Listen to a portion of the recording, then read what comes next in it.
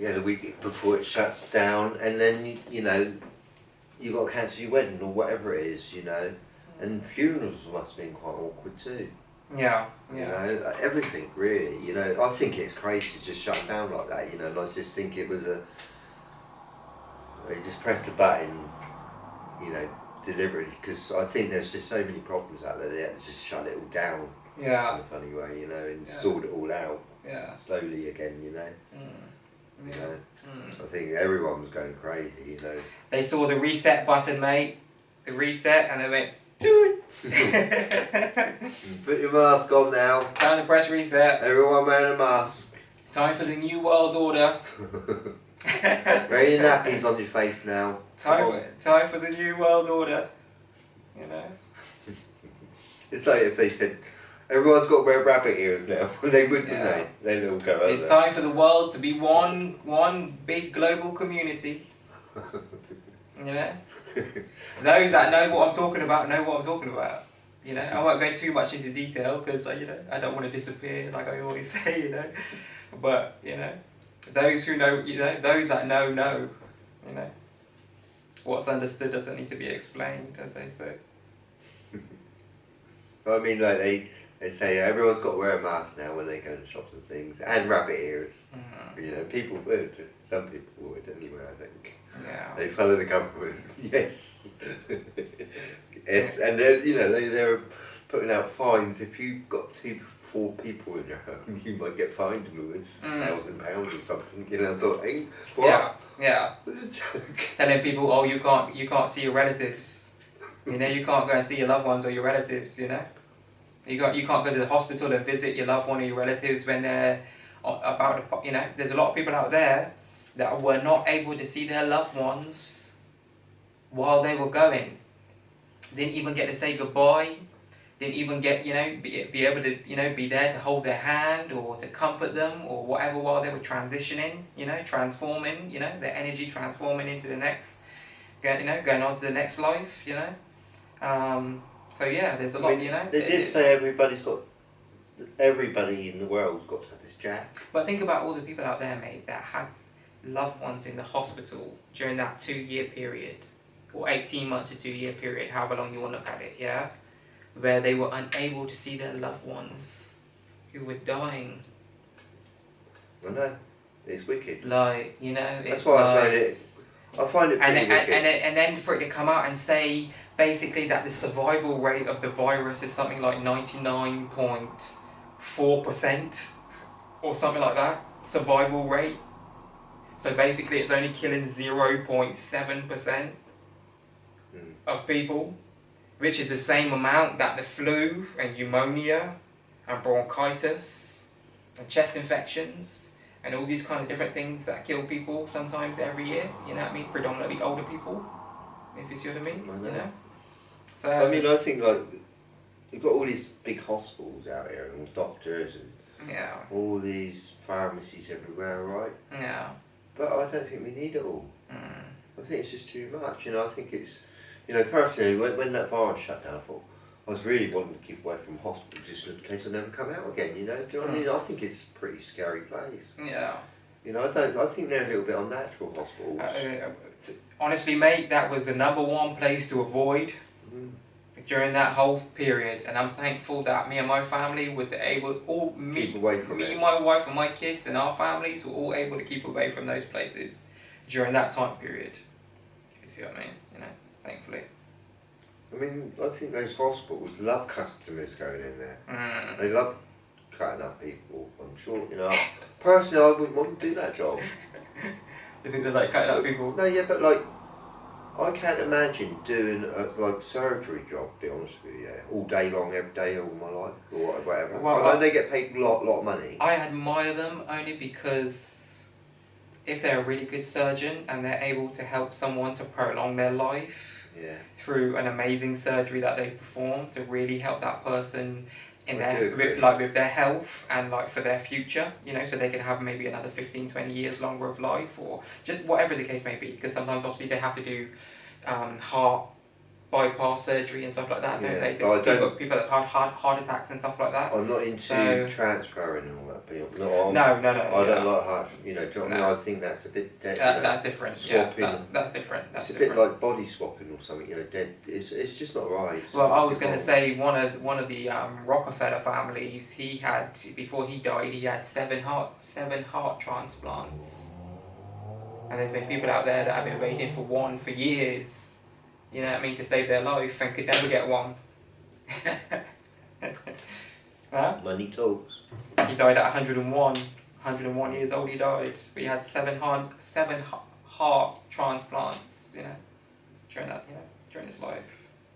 But I know what you mean, you admire those people and all that, but I couldn't do that job. I admire them if they are able to help someone with their health, someone who's really suffering, and someone who, you know, if it could potentially prolong their life for themselves, for their, you know, for their quality of life and for their family, you know, to be with their family, etc., then I think it's a blessing, you know. But I couldn't do it personally either.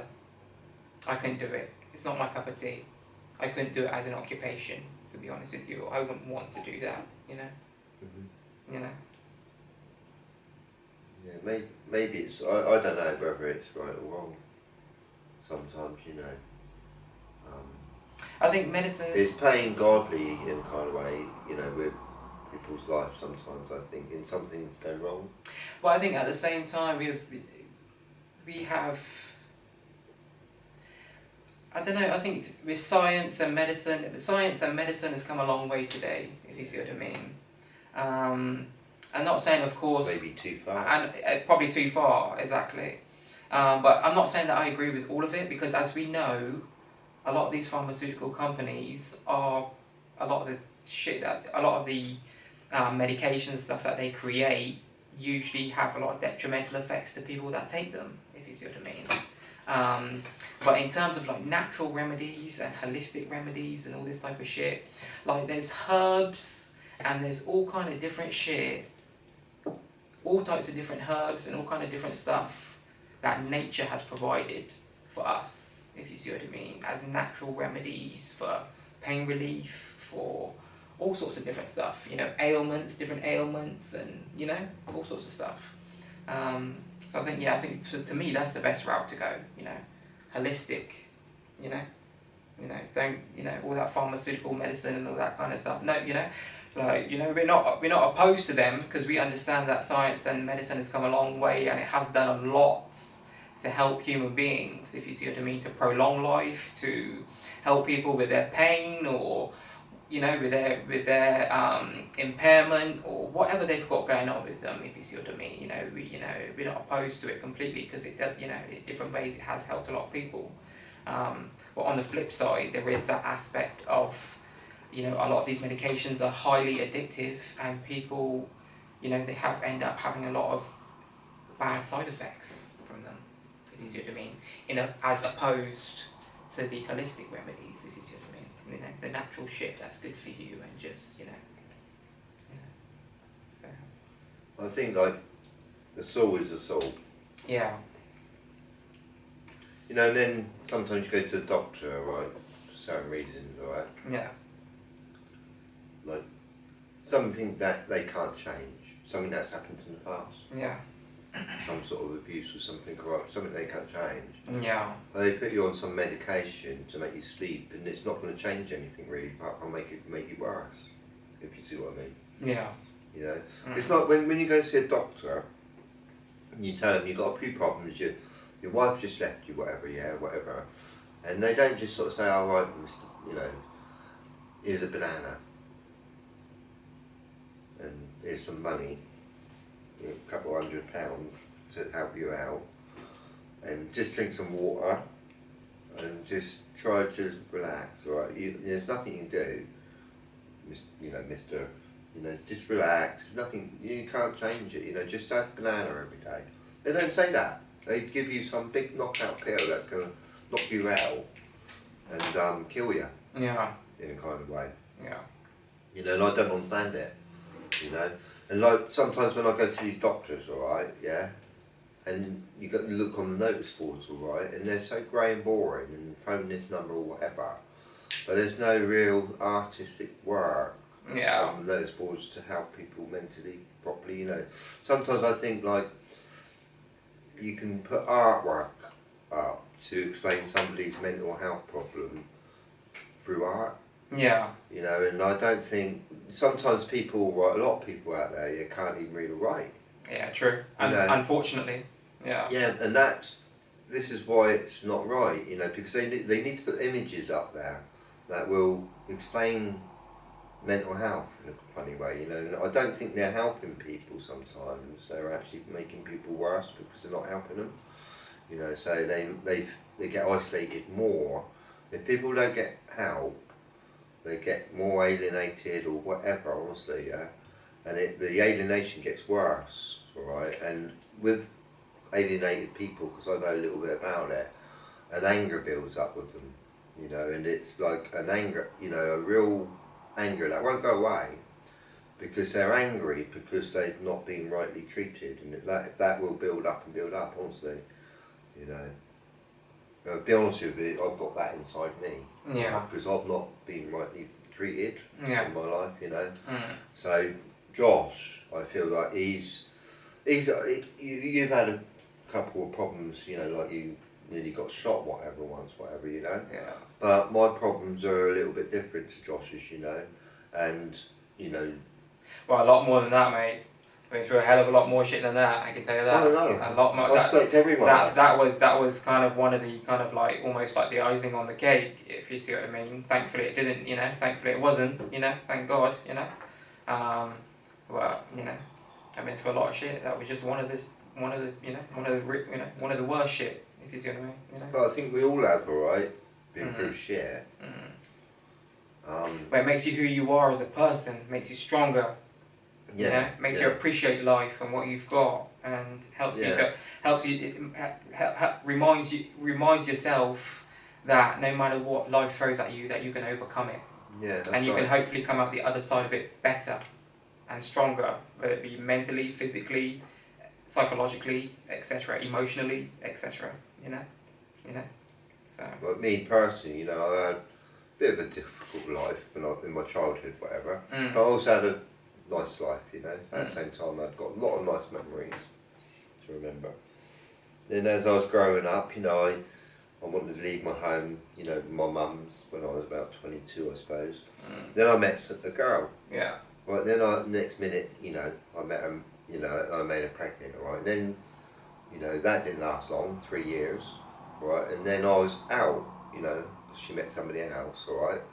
And it really devastated me, right, honestly, yeah, and I felt like killing myself.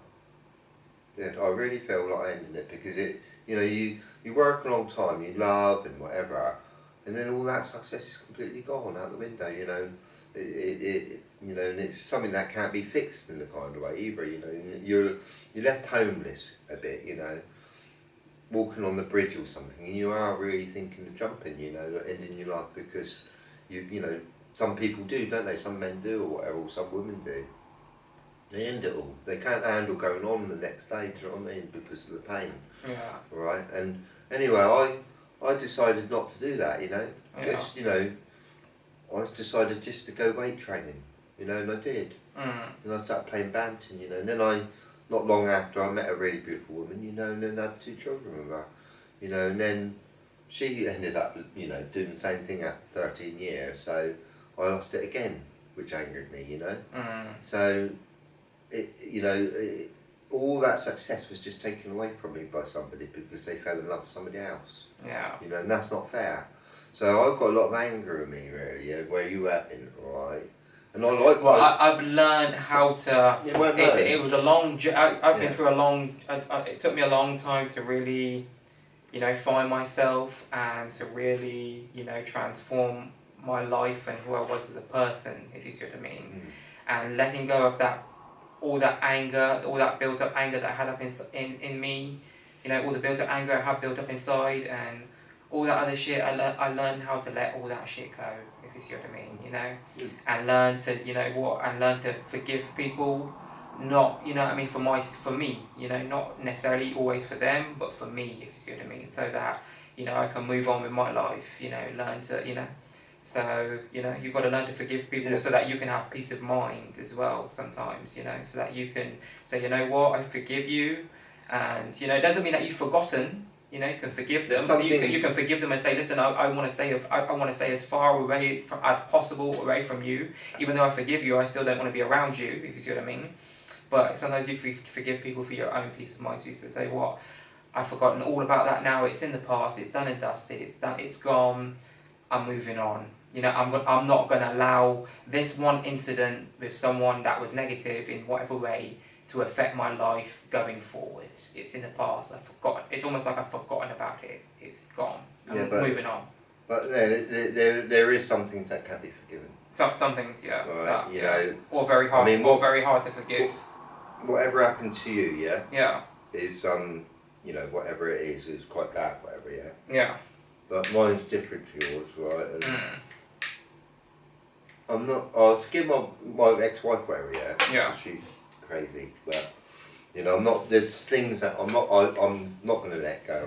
Right? I need that anger there to work. It's there for a reason, right? Like if your spirit is violated in any way, yeah. It won't rest until you know it just won't rest until that's solved, you know, because it's not you know, it won't go, you know, it just won't go. You know, if you've been violated, it won't go, and that's that, you know, and it just won't go. Yeah. Well, mate, like we always say, it all comes back down to emotional intelligence, and we're all trying to make the best decision in the moment, if you see what I mean, you know. We're all responsible for our own lives and the decisions that we make, and we all have to hold ourselves accountable at the end of the day for all the things that we've done, whether they be right or wrong, good or bad, whatever, however you want to look at it. You know, we all have to live with these things, you know. So, yeah, you know, it's all about being emotionally intelligent. You've got to learn as you get older. The older you get, the more you need to learn that discipline and self-control are two very important things that you need to learn to master to be successful in life and to be happy in life and to kind of stay out of trouble too in life, if you see what I mean. You know, you've got to learn how to control yourself. You know, sometimes you might feel like doing something, but sometimes you've got to say, you know what, I know that if I do this, if I did do this, it could result in X, Y, Z, if you see what I mean. It could have multiple bad consequences after I've done whatever it is, if you see what I mean. So it's better to stay in control, try to, you know, like we were talking about last time, try to filter your thoughts and try to think, you know, try to process your own thoughts, you know, to make sure that you're, you know, not making a bad decision based on your emotions, you know. And yeah, learn how to, yeah, it's all about, like I said earlier, it's all about how you respond to your emotions, you know, because we all respond differently, being individuals, you know. But yeah, it's all about, it's like they say, it's called the growing process, you know. You know, we're all growing, we're all changing, we're all evolving. Our mindsets and our perspectives and our individual outlook on life changes all the time. That's right. I mean, when we every so many years, our mindset and our perspective changes. If we woke up tomorrow, and there's something on the news, and the world can completely change tomorrow. Yeah. You know, or we wake up tomorrow and there's no power or something. Do you know what I mean? You know, the reality that we know it can change. Yeah. You know, I tomorrow. mean, like 30 years ago, it used to be much more party zone here, you know, like people enjoying themselves. But today, because of the shutdown, everyone's going like this, you know. Yeah. You know, they're behaving completely different today, you know. Yeah. And it, you know, to me, right, when they shut down, it didn't really. I just carried on like I am every day, you know. Like I'm not going to lay in bed like some people and get, you know, worried about it all, you know, because that will destroy you. That would destroy yourself, do you know what I mean? If you're got that frame of mind, basically, you know. You've got to fix your mind of forgetting about, you know, just let yourself go and forget about everything in a kind of way, you know. You know, I do know what you mean. Forget, forgive, yeah. No, you don't always forget. Sometimes it's good to remember. You've got to remember, yeah. Because I don't want to forget. some things, if someone has done something really bad to you, or been disloyal or untrustworthy, or, you know, whatever the case may be, and done some shit, then you can forgive them, so that you can have peace of mind within yourself and be at peace within yourself and move on with your life. But you can't forget it, because you've got to remember who they are or what they've done, if you see what I mean, because they might do it again. If you give them the chance or the opportunity, they could do it again, or worse, or something worse. So, like they say, you know, you've got to protect your energy. You know, protect your energy. You know, the people that you keep around you. You know, the people that you interact with on a day-to-day basis, and the people that you share your energy with and stuff. You got to be careful. You know, you got to, you know. I look at my energy as my anger. Like it's like a ball of sun, like a sun, like that. You know, that's what I feel anyway. You know, sometimes it's, you know, something that does anger me, which, you know, you like, for instance, if I was walking down the street and some boy started beating this 16-year-old up or something, yeah, I wouldn't want it. You know, I'd get angry. Do you know what I mean? You've got to have anger a bit, you know, it's good. Sometimes anger is good. But if you use it in a constructive way, yes. Yes. Of course, that's right. You know, it's. I think it's your energy, your force, your life force. You know, in a funny way. You know. Yeah. That keeps your drive in a funny way. You know, your anger, your passion. You know, anger is not necessarily bad. I don't think. You know, but it is when you physically do something bad. I think when you use anger in a physical way, that's when it becomes bad. Yeah. You know, but there's a way of, you know, being anger. You can be angry in a happy way, actually. You know, so you're angry about something, what someone's done to you, yeah. But because you're quite, you know, you're quite intelligent, I suppose, yeah. It's not really upsetting you in a kind of way, but you're going to get that person back with a smile and a laugh, if you see what I mean. Yeah. And be patient about it, yeah. Yeah. You don't have to hit them. Sometimes the best revenge in life forget about it. is no revenge. Exactly. Sometimes that's what will upset That them. is one of the things that people don't always understand too. Sometimes the best revenge is no revenge, and you've got to understand when that opportunity arises, when that is, you know, important, you know, important to do, you know. Yeah. Yeah. Boils down to emotional intelligence again. It does, yeah. Yeah. You know, like if your girlfriend don't love you anymore, yeah. So you just walk off and go. Yeah. And then she start missing you. Well, not always, because sometimes people fight for their relationships, and people get back together, and you know what I mean. People, you know, sometimes it doesn't always happen straight away. Sometimes they might start talking again after a few weeks or a few months, or one side has forgiven the other, and they've decided to move on and give it another chance, or. As I say, everyone is different, aren't they? So yeah. I mean, like everyone's born. Yeah. And they're born in a different house, in a different city, or a different, different country, or whatever, yeah. Yeah. And they've got different sisters, maybe, or different brothers, and different different parents.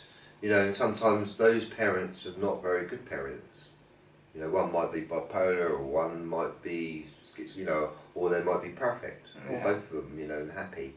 And those children are being brought up by two sensible parents now. Do you know what I mean? And they're both emotional intelligent as well, and they can actually teach their children what they know. You know.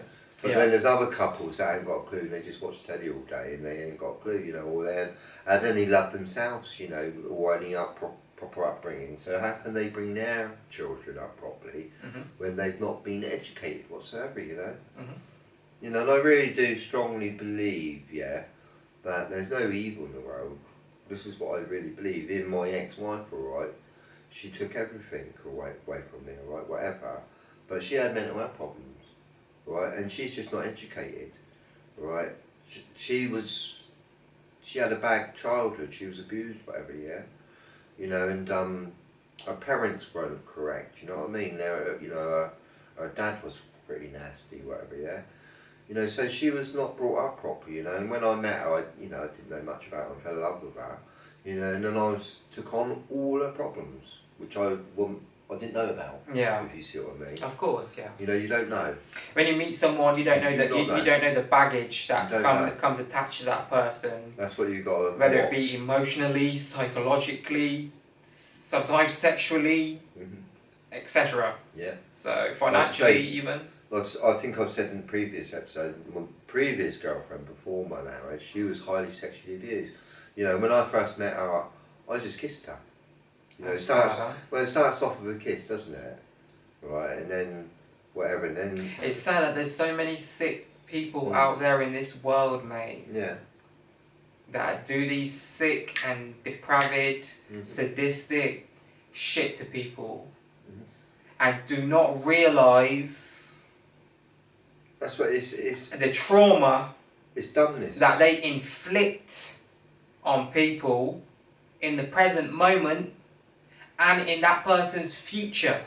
It screws them right up. A lot of people, mate, it fucks them up forever. You know, it's like being a lot of people. It's like being a tin of Coke and being crushed on, basically. But that's what I'm saying, these type of people, mate, these are the type of people that we have to remove from society. Well, again, you know, I will, you know, you've got to have an understanding for things a little bit deeper, right? Like, you know, I don't like to go into abuse or anything like that, you know, whatever, you know.